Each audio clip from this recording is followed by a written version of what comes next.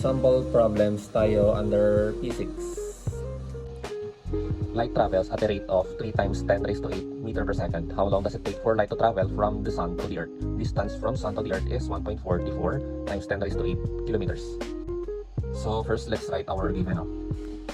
We have a speed, or denote natin as V, na 3 times 10 raised to 8 meter per second. And our distance na need i-cover is 1.44 times 10 raised to 8 kilometers. And ang hinahanap is ang time. So parang dahil yung pag-solve natin, convert natin itong distance into meters kasi na kilometer siya. So in order to convert, gamitin natin yung ating unit conversion factor.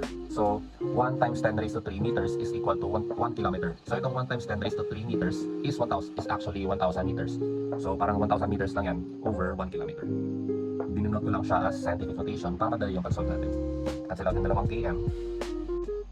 And multiply natin itong 1.44 times 10 raised to 8 sa 1 times 10 raised to 3. So alam naman natin, if nag-multiply tayo ng exponents, nag-add lang yung kanilang exponents. So 8 plus 3 is 11. So 1.44 times 10 raised to 11 meters. So diba alam naman natin na ang speed, diba alam naman natin na ang speed is distance over time. So since hinahanap yung time, dapat i-manipulate natin yung ating expression para yung formula is hinahanap na yung time, hindi yung v. So multiply natin both sides by t, magiging vt over d. And since ang kailangan lang natin dito sa part na to is ang t lang, so divide natin both sides by v. So we now arrive at ang formula na cancel out yung dalawang v, matitira na lang is t over v. So that is now our working formula. So gamitin natin ito, no? So substitute na natin ang ating mga values. So given naman na siya. So our distance is ito, and ang velocity or ang speed is 3 times 10 raised to 8. So ito, cancel out ang 2 meters, matitira is ang seconds, and divide na natin ito. So focus muna tayo sa sa kanilang mga coefficients, which is ang 1.44 at 3. Madali lang ito mamaya yung kanilang scientific notation kasi minus lang natin yan. So since bawal yung calculator sa exam, dapat mara tayo mag-solve. So 1.44 divided by 3. So may point dito. So 14 divided by 3 is magiging 4. 12 siya. And 14 minus 12, 24. 24 divided by 3 is simply 8. 24.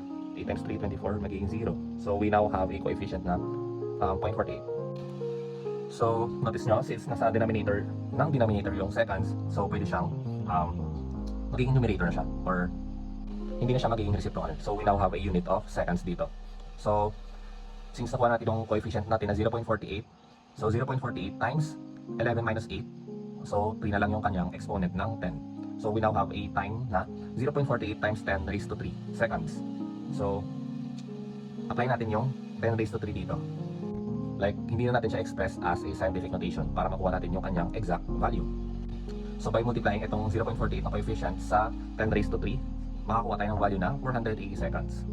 And convert feel kong pinakamalapit dito among sa choices is ang minutes. So try natin convert itong 480 seconds into minutes. So using our unit conversion factor once again, multiply natin ito sa 1 minute over 60 seconds. So yung palaging nasa baba is yung unit na i-cancel natin dito, which is seconds. So 1 minute over 60 seconds, cancel yung 2 seconds. And matitira yung minute. So 480 divided by 60 is 8. So natirang unit is 8 minutes. So So yun, pinakaman answer of 8 minutes, which is letter B. Yun lang.